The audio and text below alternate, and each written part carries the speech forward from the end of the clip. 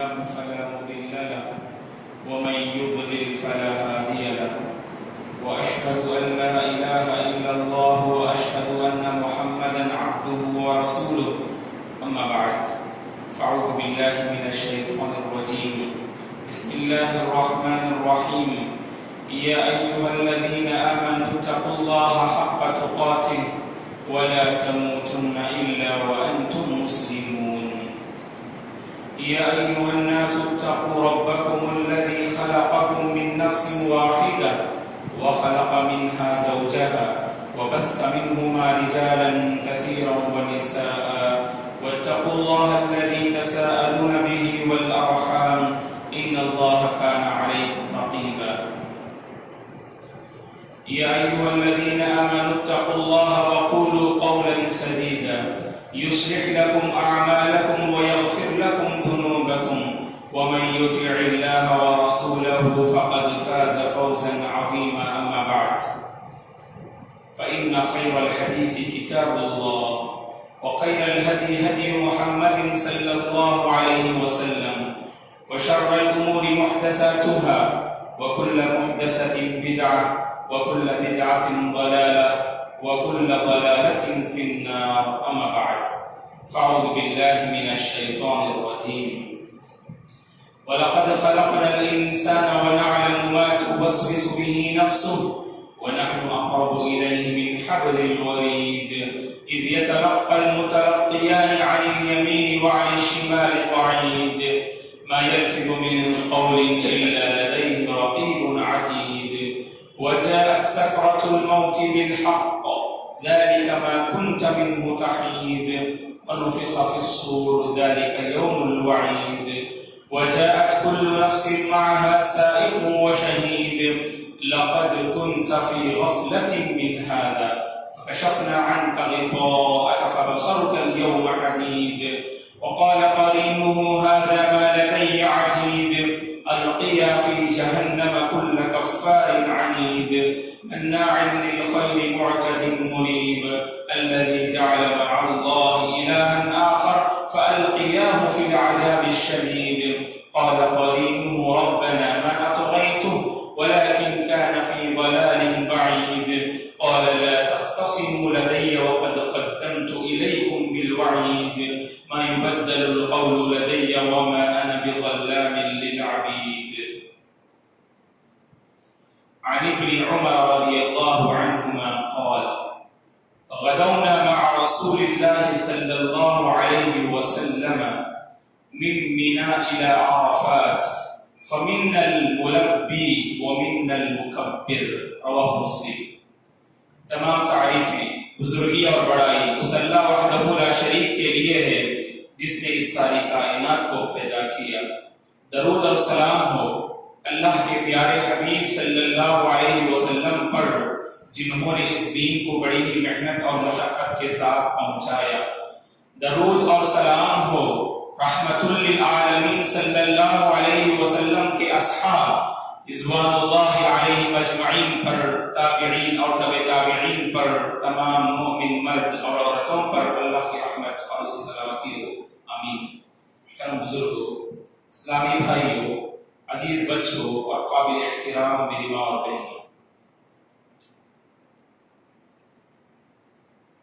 جن دنوں سے ہم گزر رہے ہیں یقیناً یہ مبارک ایام ہیں، یہ مبارک دن ہیں جن کے متعلق اللہ نے قرآن مجید میں کہا منہا اربعۃ حرم. اللہ کے پاس مہینوں کی گنتی، سال کی گنتی جن میں 12 مہینے ہوا کرتے ہیں، اور ان 12 مہینوں میں 4 مہینے اللہ کے پاس حرمت والے ہیں. ان میں سے پہلا مہینہ یہ ذو القعدہ، پھر ذو الحجہ، محرم، 3 متوالیات. اللہ کے رسول صلی اللہ علیہ وسلم نے فرمایا حرمت والے مہینے پے در پہ 3 ہوتے ہیں، اور اس کے بعد آپ نے فرمایا کہ رجب جو کہ حرمت والا ایک مہینہ ہے.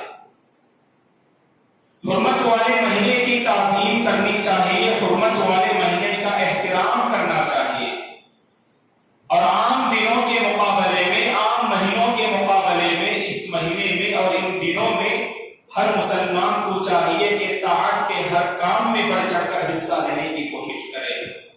اور یہ موسم الخیرات ہے، یہ بھلائیوں کا موسم ہے جن میں مسلمان خیرات کے کاموں میں ہاتھ بڑھاتا ہے، آگے بڑھتا ہے اور بڑھ چڑھ کر حصہ لینے کی کوشش کرتا ہے. اور جیسے ہی ذی الحجہ کے مہینے میں ہم داخل ہوتے ہیں تو دنیا بھر کے مسلمانوں کی ایک بہت بڑی تعداد کعبۃ اللہ کی طرف رواں دواں ہوتی ہے. اور حج جیسا ایک عظیم فریضہ، حج جیسی ایک عظیم عبادت کو بجا لانے کی خاطر مسلمانوں کی ایک بہت بڑی تعداد مکہ مکرمہ اور کعبۃ اللہ کی طرف رواں دواں ہوتی ہے. حج ایک عظیم عبادت ہے جس کی مشروعیت کی ابتدا نبی ابراہیم علیہ السلام سے ہوتی ہے. قرآن مجید میں اللہ نے 17ویں پارے کے سورہ حج میں کہا وَأَذِّن فِي النَّاسِ بِالْحَجِّ يَأْتُوكَ رِجَالًا، اے ابراہیم آپ لوگوں میں حج کا اعلان کیجئے. آپ حج کا اعلان کرنے کے بعد لوگ آپ کے پاس کعبۃ اللہ کے پاس کوئی چل کر اور کوئی سواری میں سوار ہو کر کعبۃ اللہ کا رخ کرتے ہوئے آئیں گے. نبی ابراہیم اور اسماعیل علیہ السلام نے جب کعبۃ اللہ کی تعمیر کو مکمل کیا، جب کعبۃ اللہ کی تعمیر سے فارغ ہوئے تو اللہ کی طرف سے یہ حکم ہوا کہ آپ لوگوں میں حج کا اعلان کیجئے. تو چنانچہ ابراہیم علیہ السلام مکہ مکرمہ میں ابو قبیس نامی پہاڑی پر کھڑے ہوتے ہیں اور حج کا اعلان کرتے ہیں اللہ تبارک و تعالیٰ کی اجازت اور حکم سے. تو وہیں سے حج کی ابتدا اور مشاعر حج کا آغاز ہوتا ہے. اور اس کے بعد رفتہ رفتہ حج کے مشاعر اور حج کے مناسک اور حج کے ارکان کی ادائیگی میں بگاڑ پیدا ہوتا ہے اور دوبارہ اللہ تعالیٰ اس امت محمدیہ پر حج کو لازم قرار دیتے ہیں. جب رسول اللہ صلی اللہ علیہ وسلم مدینہ منورہ میں ہوتے ہیں تو 90 سال اللہ کی طرف سے حکم ہوتا ہے کہ اے نبی آپ پر اور آپ میں سے وہ مسلمان جو حج کی طاقت رکھتے ہیں ان سارے مسلمان مرد عورت عقل مند بالغ اور جو حج کرنے کی اور حج کی مناسک کو ادا کرنے کی طاقت اور استطاعت رکھتے ہیں ان سارے مسلمانوں پر رب العالمین نے حج کو لازم قرار دیا. تو سب سے پہلے رسول اللہ صلی اللہ علیہ وسلم ابو بکر رضی اللہ عنہ کی عمارت میں ابو بکر رضی اللہ عنہ کی عمارت میں آپ کو امیر بنا کر آپ کو امام بنا کر رسول اللہ صلی اللہ علیہ وسلم صحابہ اکرام رضوان اللہ علیہ مجمعین کی ایک تعداد کو مدینہ منورہ سے روانہ کرتے ہیں مکہ مکرمہ کی طرف تاکہ حج کا فریضہ انجام دیں. اور رسول اللہ صلی اللہ علیہ وسلم 10ویں ہجری یعنی مدینہ پہنچنے کے بعد 10ویں سال آپ صلی اللہ علیہ وسلم صحابہ اکرام کے ایک جمع غفیر کو لے کر صحابہ اکرام کی ایک بہت بڑی تعداد کو لے کر مکہ مکرمہ کی طرف رخ کرتے ہیں. وہی آپ صلی اللہ علیہ وسلم کا پہلا حج بھی ہوتا ہے اور وہی آپ کا آخری حج بھی ہوتا ہے جسے اہل علم نے کہا حجۃ الوداع، یعنی ایسا حج ہے جس پر آپ صلی اللہ علیہ وسلم کی اس دنیا سے رخصتی ہو جاتی ہے. پھر آپ صلی اللہ علیہ وسلم نے حج کے مناسک کو ادا نہ کیا. تو اس سے ہمیں پتا چلا رسول اللہ صلی اللہ علیہ وسلم نے زندگی میں ایک مرتبہ حج کیا، وہی آپ کا اول بھی تھا وہی آپ کا آخر بھی تھا، اسی لیے اس حج کو حجۃ الوداع کہتے ہیں. لیکن رسول اللہ صلی اللہ علیہ وسلم اپنی زندگی میں 4 عمرے کرتے ہیں. عمرے کے حوالے سے اگر ہم بات کریں تو رسول اللہ صلی اللہ علیہ وسلم اپنی زندگی میں 4 عمرے کرتے ہیں اور ایک حج آپ صلی اللہ علیہ وسلم ادا کرتے ہیں.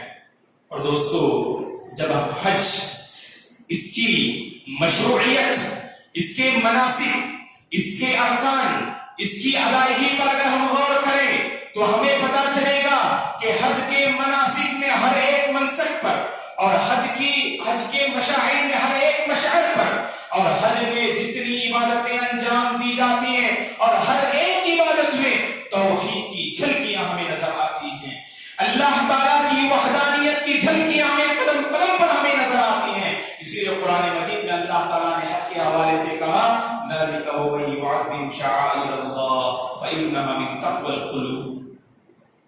حج اور حج میں جو عبادتیں انجام دی جاتی ہیں اور جن جن مقامات کی زیارت ہوتی ہے، مینا سے عرفہ، عرفہ سے مزدلفہ، مزدلفہ سے پھر جمرات، پھر جمرات سے مینا، پھر مینا سے مکہ مکرمہ، 5 دنوں میں جن مختلف مقدس مقامات کی ایک حاجی زیارت کرتا ہے، وہ سارے مقامات اللہ کی نشانیاں ہیں، وہ سارے مقامات اللہ کی علامتیں ہیں، اللہ کی نشانیاں ہیں، اور ہر ایک مسلمان کو چاہیے ان مقامات کا احترام کرے، ان مقامات کی تعظیم کرے۔ اور کہا قرآن مجید میں اللہ تعالیٰ نے ذَلِكَ وَمَن يُعَظِّمْ شَعَائِرَ اللَّهِ فَإِنَّهَا مِن تَقْوَى الْقُلُوبِ۔ جو بندہ اللہ تعالیٰ کی نشانیوں کا احترام کرے، اللہ کی نشانیوں کی تعظیم کرے، یہ تقویٰ کی دلیل ہے، یہ خشیت کی دلیل ہے، یہ للہیت کی دلیل ہے، یہ دل میں اللہ کا ڈر پایا جاتا ہے،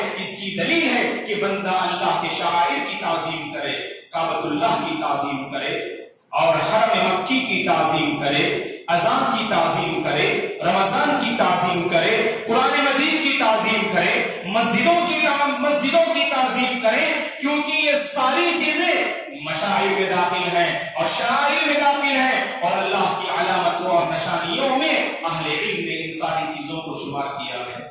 تو گویا کہ دوستو، حاجی جب حج کرنے کی نیت سے اپنے مقام سے نکلتا ہے، سب سے پہلے وہ میقات پہنچتا ہے۔ میقات کہتے ہیں اس مقام کو جس کی تعین اللہ کے رسول صلی اللہ علیہ وسلم نے فرمائی ہے۔ شام والوں کے لیے اور اس کے آس پاس رہنے والوں کے لیے جحفہ آپ نے مقرر فرمایا، جحفہ نامی مقام آپ نے تعین فرمائی، اور اسی طرح سے عراق والوں کے لیے اور اس کے آس پاس رہنے والوں کے لیے ذات عرق آپ نے مقرر فرمایا، مدینہ والوں کے لیے اور مدینے کے آس پاس والوں کے لیے رسول اللہ صلی اللہ علیہ وسلم نے احرام باندھنے اور حج یا عمرہ کی نیت کرنے کے لیے جس مقام کی تعین فرمائی وہ ذوالحلیفہ مقام ہے، اور اسی طرح سے رسول اللہ صلی اللہ علیہ وسلم نے یمن والوں کے لیے، ہندوستان اور پاکستان اور بنگلہ دیش والوں کے لیے رسول اللہ صلی اللہ علیہ وسلم نے جس میقات کو مقرر فرمایا ہے اسے یلملم کہا جاتا ہے۔ یمن میں ایک جگہ کا نام ہے، وہاں سے ہندوستان اور یمن اور آس پاس کے جتنے لوگ حج کے ارادے سے جاتے ہیں اس یلملم کے پاس پہنچ کر گویا کہ حج کا احرام باندھتے ہیں یا حج کی جو نیت کرتے ہیں، اور وہاں نیت کرنا ضروری ہے۔ ہم نے کہا کہ حج کے مشاعر میں قدم قدم پر توحید کی جھلکیاں ہمیں نظر آتی ہیں۔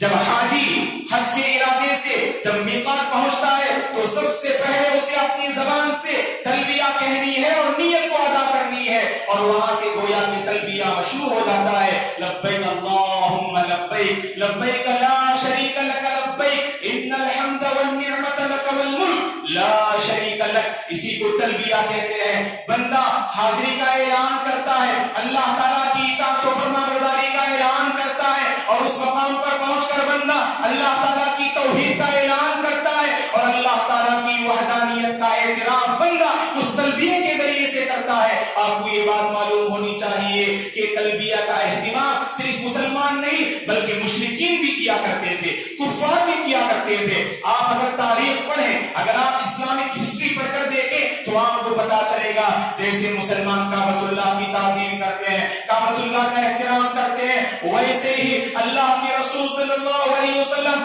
اس دنیا میں تشریف لانے سے پہلے اور آپ نبی بنائے جانے سے پہلے جتنے مکے کے کفار تھے، جتنے مکے کے مشرکین تھے، وہ سارے کے سارے کعبۃ اللہ کو عظمت کی نگاہ سے دیکھا کرتے تھے، کعبۃ اللہ کا احترام کیا کرتے تھے، کعبۃ اللہ کی تعظیم کیا کرتے تھے، لیکن ان کی زندگی میں ہمیں شرک نظر آتا ہے، شرک کی گندگی ہمیں ان کی زندگی میں ہمیں نظر آتی ہے۔ اسی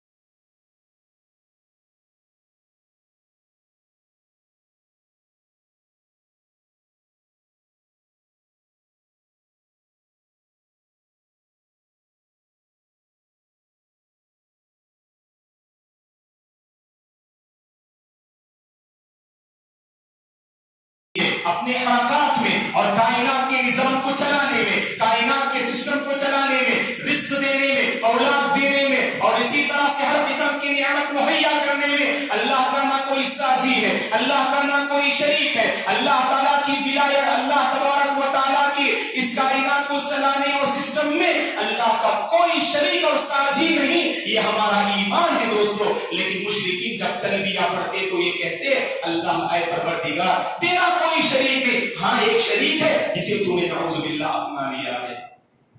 لیکن ہم مسلمان جب میقات کے پاس پہنچتے ہیں تو اس وقت تلبیہ کے ذریعے سے اللہ کی وحدانیت کا ہم اقرار کرتے ہیں، لبیک حاضر ہوں اے پروردگار، لبیک اللہم لبیک، اے پروردگار حاضر ہوں، تیری اطاعت و فرما برداری کو میں نے قبول کر لیا ہے۔ اور کہا کہ لا شریک لک لبیک، اے پروردگار تیرے سوا کوئی شریک نہیں، تیرا کوئی شریک نہیں، تیرے سوا کوئی عبادت کے مستحق نہیں، تیرا کوئی ساجی نہیں۔ یہ بندہ میقات کے پاس پہنچ کر سب سے پہلے اپنی زبان سے اعلان کرتا ہے دوستو ان الحمد والنعمت لک والملک، بے شک ساری نعمت ساری تعریف کا مستحق تو ہے، کیونکہ تیری ذات کمال پر مشتمل ہے اور تیرے سوا ہر ایک مخلوق کے اندر نقص اور کمی پائی جاتی ہے۔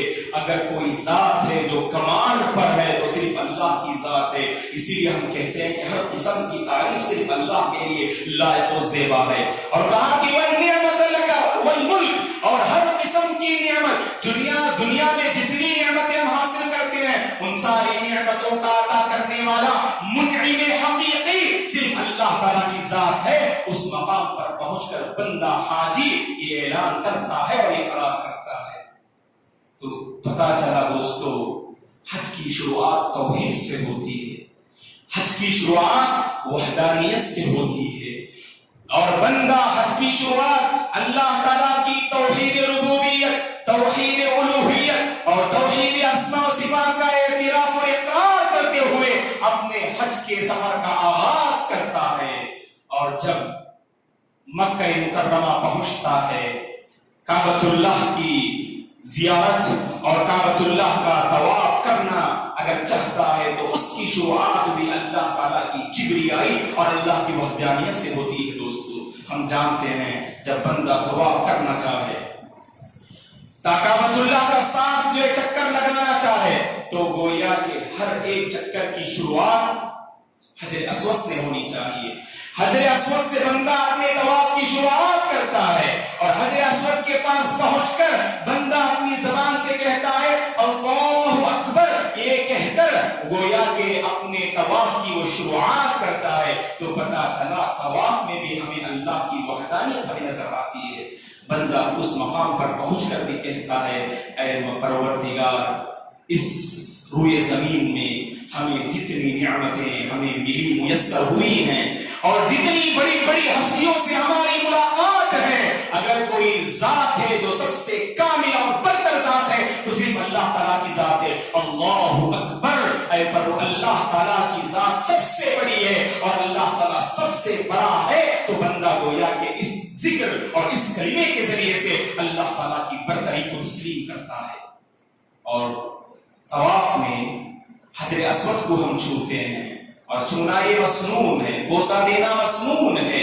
اللہ کے رسول صلی اللہ علیہ وسلم حجر اسود کو بوسہ دیا کرتے تھے۔ اور یاد رکھیں کہ جب موسم ہو، خاص کر حج یا عمرے کا موسم ہو، تو اس وقت حجر اسود کو بوسہ دینا اگر ناممکن ہو یا حجر اسود کو بوسہ دینے میں عام لوگوں کو اگر تکلیف ہو سکتی ہو، بھیڑ میں گھس کر اور بھیڑ میں داخل ہو کر اگر حجر اسود کو بوسہ دینے میں اور لوگوں کو اگر تکلیف ہو سکتی ہے تو اس معاملے میں ایک مسلمان کو احتیاط سے کام لینا چاہیے کہ وہ حجر اسود کو بوسہ اس وقت نہ دے کیونکہ اپنے ہاتھ سے اشارہ کرتے ہوئے اپنے طواف کی شروعات کر لے، کیونکہ اگر وہ حجر اسود کو بوسہ دینے کی کوشش کرے گا تو ہو سکتا ہے کہ اس کے اپنے ذات کے لیے کچھ نقصان ہو سکتا ہے یا عام لوگوں کے لیے باعث نقصان وہ بن سکتا ہے۔ تو اسی لیے ایسے موقع پر ہمیں یہ تعلیم دی گئی اگر ہم بوسہ نہ دے سکتے ہو تو ہاتھ چھو سکتے ہیں، اگر وہ بھی نہ کر سکتے ہو تو کم از کم ہم دور سے اشارہ کر کے اپنے طواف کی ہم شروعات کر سکتے ہیں. اور حجر اسود کو ہم اس لیے بوسہ دیتے ہیں دوستو، اللہ کے حبیب صلی اللہ علیہ وسلم نے اس حجر اسود کا بوسہ لیا اور آپ نے بوسہ لیا، اسی لیے ہم اس حجر اسود کو بوسہ دیتے ہیں. صحیح بخاری کی روایت ہے، عمر بن خطاب رضی اللہ عنہ کا مشہور قول ہے، آپ نے ایک مرتبہ، عمر رضی اللہ عنہ نے ایک مرتبہ حجر اسود کو دیکھ کر کہا کہ انی لعلم انک حجر.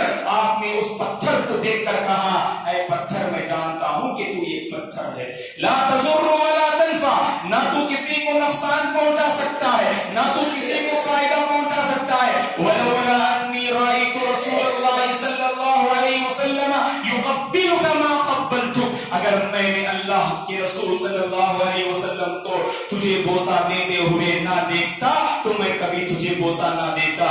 میں نے اپنے حبیب کو تجھے بوسہ دیتے ہوئے دیکھا، اس لیے میں تجھے بوسہ دے رہا ہوں، لیکن تیری حیثیت صرف ایک پتھر کی حیثیت ہے. ہم حجر اسود کو اس لیے بوسہ دیتے ہیں کیونکہ ہمارے نبی کی سنت ہے. ہم کعبۃ اللہ کا طواف اس لیے کرتے ہیں کیونکہ اللہ تعالیٰ کا حکم ہے. دوستو یاد رکھیں کہ ہم اس پتھر کا ہم جو چکر لگاتے ہیں، طواف کرتے ہیں، کہیں یہ نہ سمجھ لینا ہم اس پتھر کی پوجا کرتے ہیں، اس پتھر کی عبادت کرتے ہیں، بلکہ کعبۃ اللہ کی عظمت ہر ایک مسلمان کے دل میں ہونی چاہیے. یہ ایمان کا تقاضا ہے، یہ تقوی کا تقاضا ہے. لیکن یاد رکھیں اس موقع پر بھی بندہ توحید کے سبق کو نہ بھولے. کعبۃ اللہ کا طواف کرتے ہوئے بندے کے دل میں احساس ہونا چاہیے ہم اس لیے اس کعبے کا طواف کرتے ہیں کیونکہ اللہ نے ہمیں طواف کرنے کا حکم دیا ہے، ہمارے نبی نے ہمیں طواف کرنے کا حکم دیا ہے. اگر اللہ حکم نہ دیتے، ہمارے نبی اگر حکم نہ دیتے، ہم اس کعبے کا کبھی طواف نہ کرتے.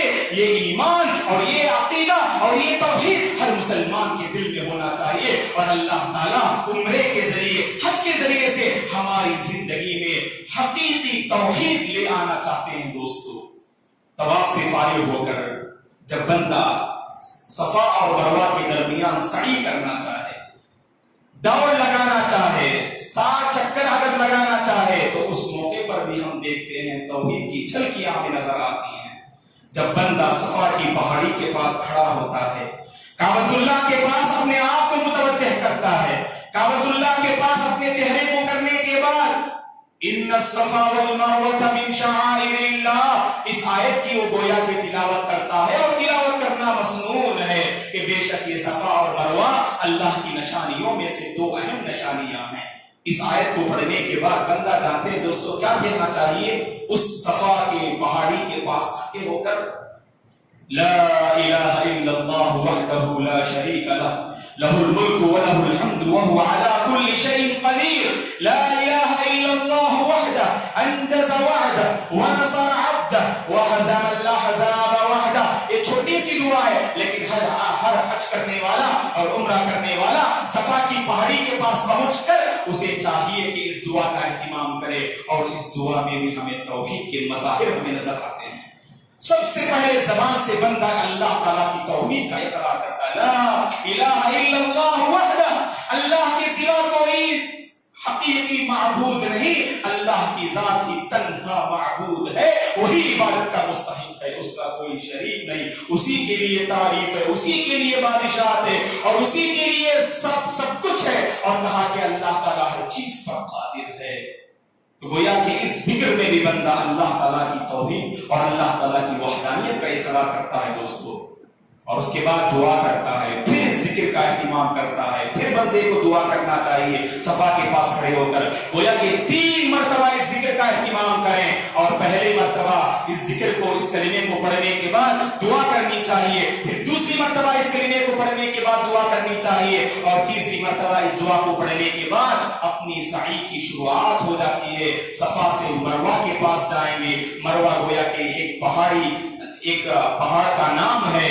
گویا کہ اس مقام پر پہنچ کر پھر دوبارہ بندہ گویا کہ ذکر کا اہتمام کرے، لا الہ الا اللہ وحدہ لا شریک لہ لہ الملک ولہ الحمد وہو علی کل شیء قدیر. تو اس سے ہمیں پتا چلا دوستو کہ حاجی کی شروعات جو حج کی ہوتی ہے، میقات کے پاس پہنچ کر جس مقام سے اسے حج یا عمرے کی نیت اسے کرنی چاہیے، وہاں تلبیہ سے وہ اپنے حج کی شروعات کرتا ہے. اس میں بھی ہمیں توحید کے مظاہر نظر آتے ہیں. طواف کرتے ہوئے بھی توحید کے مظاہر نظر آتے ہیں. اور مظاہر ہمیں نظر آتے ہیں. اور اس کے بعد بندہ 8 تاریخ کو مینا میں قیام کرے گا, مینا میں ٹھہرے گا. ہم جانتے ہیں ذی الحجہ کی 8ویں تاریخ سے گویا کہ حج کا آغاز ہوتا ہے. مکے کے بغل میں جو مینا ایک علاقے کا نام ہے, اس مینا کے پاس ایک حاجی گویا کہ 8ویں تاریخ کو پہنچے گا اور وہاں پر وہ قیام کرے گا. اور 9ویں تاریخ کو فجر پڑھنے کے بعد گویا کہ مینا سے عرفے کی طرف وہ نکل جائے گا, مینا سے عرفے کے پاس وہ نکل جائے گا. اور زوال آفتاب سے پہلے پہنچنا, یعنی سورج جب زوال پر آئے تو اس سے پہلے گویا کہ اسے کہاں پہنچ جانا چاہیے, عرفے کے پاس پہنچ جانا چاہیے, جو کہ حج کے لیے نہایت ہی اہم دن ہوا کرتا ہے. اللہ کے رسول صلی اللہ علیہ وسلم نے فرمایا الحج عرفہ, کہ گویا کہ حج کا نام ہے عرفے کا. گویا کہ حاجی جو 5 دن مکے, مینا اور عرفہ مزدلفہ میں گزارتے ہیں, ان میں سب سے اہم دن حاجی کے لیے گویا کہ 9واں دن ہوا کرتا ہے, جسے ہم عرفے کا دن کہتے ہیں. تو گویا کہ آپ صلی اللہ علیہ وسلم نے فرمایا حج نام ہے عرفے کا. اگر ہم عرفے کے اس دن پر غور کرتے ہیں دوستو, تو ہمیں پتا چلتا ہے کہ اس دن بھی ہمیں توحید کے مظاہر نظر آتے ہیں. خطبہ مسنونہ کے بعد آپ کے سامنے صحیح مسلم کی روایت پہ میں نے آپ کے سامنے پیش کی. اس روایت میں ابن عمر رضی اللہ عنہما فرماتے ہیں غدونا مع رسول اللہ صلی اللہ علیہ وسلم من مینا الی عرفات فمنا الملبی ومنا المکبر. صحیح مسلم کی روایت ہے. ابن عمر رضی اللہ عنہما فرماتے ہیں ہم رسول اللہ صلی اللہ علیہ وسلم کے ساتھ 9ویں تاریخ کو مینا سے عرفہ گئے. مینا سے ہم عرفہ جا رہے تھے اور راستے میں ہم میں سے بعض صحابہ تھے جو اپنی زبان سے تلبیہ کا اہتمام کر رہے تھے, لبیک اللہم لبیک لبیک لا شریک لک لبیک, اس تلبیہ کا اہتمام کر رہے تھے. اور بعض صحابہ اللہ کی تکبیر بیان کر رہے تھے, اللہ اکبر لا الہ الا اللہ الحمدللہ, اللہ کی کبریائی, اللہ کی تعریف اور اللہ کی بڑائی بعض صحابہ بیان کر رہے تھے. یہ ابن عمر رضی اللہ عنہما فرماتے ہیں. تو اس سے ہمیں پتا چلا دوستو, بندہ اگر مینا سے عرفہ بھی جاتا ہے وہاں اللہ تعالیٰ کی وحدانیت کا اقرار کرتے ہوئے جاتا ہے. اور جب بندہ عرفے کے مقام کو پہنچ جاتا ہے, عرفہ ایک میدان کا نام ہے, عرفہ ایک بہت بڑے میدان کا نام ہے, جس میدان میں پہنچ کر اللہ کے رسول صلی اللہ علیہ وسلم نے ایک زبردست آپ نے خطبہ دیا, جسے ہم خطبہ حجۃ الوداع کہتے ہیں. حجۃ الوداع کے موقع پر عرفہ کے میدان میں صحابہ اکرام کی ایک بہت بڑی تعداد کے سامنے آپ نے ظہر اور عصر کی نماز ایک ساتھ پڑھا کر آپ نے گویا کے صحابہ کے سامنے خطبہ دیا. اس خطبے کا نام خطبہ حجۃ الوداع ہے, جو بڑا تاریخی خطبہ تھا, جس میں آپ صلی اللہ علیہ وسلم نے اپنے صحابہ کو بہت ساری تعلیمات دی اور اسلام کے بہت سارے احکام آپ نے اپنے صحابہ کو آپ نے بتایا. اور عرفے کا دن ایسا ہے دوستو کہ زوال کے بعد سے 12 ساڑھے 12 کے بعد سے گویا کہ سورج غروب ہونے تک ہر ایک حاجی کو عرفہ کے میدان میں رہنا ضروری ہے. اگر کوئی حاجی عرفہ پہنچ نہ پائے, کسی وجہ سے اگر کوئی حاجی عرفے کے میدان کو اگر تھوڑی دیر کے لیے صحیح اگر پہنچ نہ پایا, تو سمجھ لیجئے گویا کہ اس حاجی کا حج اللہ کے دربار میں قبول نہیں ہوگا. پھر آئندہ سال اسے دوبارہ حج کرنا چاہیے. اس لیے کہ اگر کوئی عرفہ کو اگر نہ پائے, عرفہ کے وقت کو اگر کوئی بندہ اگر جو کھو دے, تو سمجھ لیجئے دوبارہ اسے حج کرنا چاہیے. اس لیے کہ حج نام ہے عرفے کا, حج نام ہے عرفہ کے میدان پہ ٹھہرنے کا, زوال کے بعد سے لے کر سورج غروب ہونے تک.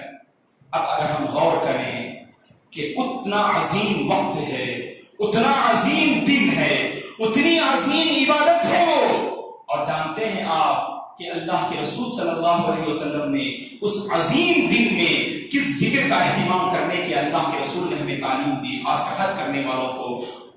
آپ صلی اللہ علیہ وسلم نے فرمایا اگر عرفے کے پاس حاجی لوگ پہنچتے ہیں, عرفے کے میدان میں پہنچتے ہیں, جہاں وہ ظہر اور عصر کی نماز کو ملا کر پڑھیں گے اور پڑھنے کے بعد اپنے آپ کو مکمل دعا میں مصروف رکھیں گے, اللہ کا ذکر کریں گے. آپ نے فرمایا سب سے بہترین دعا تو, سب سے بہترین ذکر جسے میں اور مجھ سے پہلے انبیاء اہتمام کرتے تھے, وہ کون سا ذکر ہے؟ آپ نے فرمایا لا الہ الا اللہ وحدہ لا شریک لہ لہ الملک ولہ الحمد وہو علی کل شیء قدیر. صحیح مسلم کی روایت ہے. گویا کہ اس ذکر کا اہتمام عرفے کے میدان میں ہر حاجی کو کرنا چاہیے. اللہ اکبر. اور لا الہ الا اللہ وحدہ لا شریک لہ، اس کلمے پر آپ غور کیجئے. اللہ تعالیٰ اس کلمے کے ذریعے سے بھی حاجی کے دل میں یہ بات ڈالنا چاہتے ہیں کہ زندگی میں ہمیشہ توحید پر قائم رہنا چاہیے. دوستو حج ہمیں کیا پیغام دیتا ہے؟ حج سے ایک طرف حاجی بہت سارے پیغام کو لے کر حج سے واپس ہوں گے، تو ہم بندوں کو حاجی حضرات جو حج کے لیے جاتے ہیں یا آپ میں سے جو انشاءاللہ اس سال یا آنے والے سال میں جو جانا چاہیں گے، یا اللہ تعالیٰ نے جن کے مقدر میں حج کی عبادت کو رکھا ہے، اللہ تعالیٰ سے دعا ہے کہ رب العالمین ہم میں سے ہر ایک کو حرمین شریفین کی زیارت اللہ میں نصیب فرمائے، عمرہ کی سعادت سے اللہ میں مالا مال فرمائے، اور حج جیسی عظیم عبادت کو للہیت اور اللہ کی رضا حاصل کرنے کے لیے اللہ تعالیٰ میں سے ہر ایک کو توفیق عطا فرمائے. آمین. تو گویا کہ جو حج کی فرضیت کو ادا کرنے کے لیے جو مختلف جو ہے علاقوں سے، مختلف جو ہے ممالک سے، مختلف بستیوں سے جو جاتے ہیں، اور جب وہ واپس ہوتے ہیں لوٹتے ہوئے جو بہت سارا پیغام اپنے ساتھ لاتے ہیں، ان میں بنیادی پیغام یہ ہے دوستو، زندگی میں ہمیشہ توحید پر قائم رہنا چاہیے. حج ہمیں یہی پیغام دیتا ہے کہ زندگی میں کبھی کتنی آفت کیوں نہ آئے، کتنی مصیبتیں کیوں نہ آئے، کتنی آزمائشیں کیوں نہ آئے، ہم کبھی شرک کے قریب نہیں جائیں گے، بدعت و خرافات کے قریب نہ جائیں گے. اللہ تعالیٰ آزمانے کے لیے بندوں کو مصیبتوں سے دوچار کرتے ہیں، اور کتنے اللہ کے ایسے بندے ہیں جب آفت آتی ہے، مصیبت آتی ہے تو شرک کا دروازہ کھٹکھٹاتے ہیں اور بدعت و خرافات میں اپنے آپ کو مبتلا کر لیتے ہیں. کامیاب بندہ وہ ہے، کامیاب مسلمان وہ ہے جو زندگی کی آخری سانس تک اپنے آپ کو توحید کے راستے پر باقی رکھے، تو یہی بندہ کامیاب ہے دوستو. اور اللہ تعالیٰ حج کے ذریعے سے ہمیں یہی پیغام دینا چاہتے ہیں، اور اللہ تعالیٰ سے اس کی توفیق بھی مانگنی چاہیے. اے پروردگار مجھے توحید پر باقی رکھ، تیری وحدانیت پر باقی رکھ، اور زندگی کے ہر معاملے میں توحید کے راستے پر اپنے آپ کو آمادہ اور باقی رکھنے کی اے پروردگار تو مجھے توفیق دے. یہ ہمیں اللہ تعالیٰ سے مانگنی چاہیے دوستو. اس لیے کہ ہم دیکھتے ہیں معاشرے کے ایسے افراد جن کا شمار اگر ان کی پچھلی زندگی اگر آپ پڑھ کر دیکھیں گے موحدین میں ہوتا ہے، اہل توحید میں ان کا شمار ہوتا ہے، جنہوں نے صحیح توحید کو اپنایا، اللہ کی وحدانیت کو اپنایا، لیکن رفتہ رفتہ فطروں کی زد میں آتے ہیں، فطروں کی زد میں آ کر گویا کہ وہ توحید سے ان کا رشتہ ختم ہو جاتا ہے، اور زندگی میں شرک و بدعات و خرافات کی بہت ساری گندگیاں اور بہت ساری آلودگیاں اور بہت ساری حرکتیں ان کی زندگی میں ہمیں نظر آتی ہیں. تو گویا حج ہمیں یہ پیغام دیتا ہے، حج ہمیں یہ پیغام دیتا ہے، ہم اگر اللہ تعالیٰ نے ہمیں حج کی اگر توفیق دی تو اللہ کو راضی کرنے کے لیے حج کرنے کی کوشش کریں دوستو. اللہ کو راضی کرنے اور اللہ کو خوش کرنے کے لیے حج کرنا چاہیے. اور حج کے معاملے میں ہم میں سے بہت سارے حجاج سے یہ غلطی ہوتی ہے، اور دل میں شیطان یہ وسوسے پیدا کرتا ہے، اگر میں حج کے لیے جاؤں گا تو لوگ میرا احترام کریں گے، حج کے لیے جاؤں گا لوگ میری عزت کریں گے، اگر حج کے لیے جاؤں گا لوگ مجھے حاجی کہیں گے. گویا کہ یہ خیالات جو دل میں پیدا ہوتے ہیں یاد رکھیں شیطان کی طرف سے ہیں. ان وسوسوں کو دور کریں، ان خیالات کو دور کریں. ہماری ہر عبادت اللہ کو خوش کرنے کے لیے ہونی چاہیے، ہماری ہر ادا، ہماری ہر حرکت، ہمارا ہر کام اللہ کو راضی کرنے کے لیے ہونا چاہیے. حج جب اتنی عظیم عبادت ہے، اس عظیم عبادت کو بجا لانے میں ہماری نیت بھی اتنی ہی عظیم ہونی چاہیے. اللہ کو خوش کرنا ہمارا مقصود ہو. دعا ہے کہ اللہ تبارک و تعالیٰ ان سال جتنے حجاج حج جیسی عظیم عبادت کو انجام دینے کے لیے مختلف بستیوں سے، مختلف ممالک سے جو اپنے سفر کا آغاز کرنے والے ہیں، اللہ تعالیٰ ان کے سفر کو آسان فرمائے. اللہ تبارک و تعالیٰ انہیں حج مبرور نصیب فرمائے. اللہ تعالیٰ ان کے حج کو قبول فرمائے، اور جب وہ آئیں تو ایسے آئیں جیسے ان کی ماں نے انہیں ابھی جنم دیا ہو. اور اللہ تبارک و تعالیٰ انہیں حج مبرور کی سعادت سے مالا مال فرمائے، اور حج سنت رسول کی روشنی ادا کرنے کے اللہ انہیں توفیق عطا فرمائے. اللہ کو راضی کرنے کے لیے رب العالمین انہیں حج کرنے کی سعادت نصیب فرمائے. اور ہم میں سے جو لوگ حج کر چکے ہیں، حج ادا کر چکے ہیں،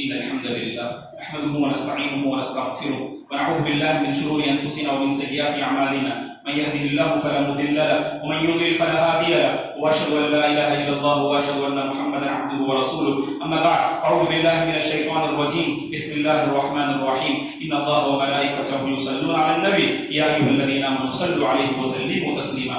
اللهم صل على محمد وعلى آل محمد كما صليت على إبراهيم وعلى آل إبراهيم إنك حميد مجيد. اللهم بارك على محمد وعلى آل محمد كما باركت على إبراهيم وعلى آل إبراهيم إنك حميد مجيد. اللهم أعز الإسلام والمسلمين وأذل الشرك والمشركين. ربنا لا تزغ قلوبنا بعد إذ هديتنا وهب لنا من لدنك رحمة إنك أنت الوهاب. اللهم تقبل طاعاتنا، اللهم تقبل حجنا، اللهم تقبل صيامنا، اللهم تقبل صدقاتنا. اللهم إنا نسألك الهدى والتقى والعفاف والغنى. اللهم اشف مرضانا ومرضى المسلمين، اللهم ارحم موتانا وموتى المسلمين. اللهم أرنا الحق حقا وارزقنا اتباعه، وأرنا الباطل باطلا وارزقنا اجتنابه. اللهم أصلح أحوال المسلمين في كل مكان يا رب العالمين. اللهم إنا نسألك علما نافعا ورزقا طيبا وعملا متقبلا وشفاء من كل داء. عباد الله رحمني ورحمكم الله، أعوذ بالله من الشيطان الرجيم. إن الله يأمر بالعدل والإحسان وإيتاء ذي القربى وينهى عن الفحشاء والمنكر والبغي يعظكم لعلكم تذكرون. اذكروا الله العظيم يذكركم، وذكر الله تعالى أكبر، والله يعلم ما تصنعون.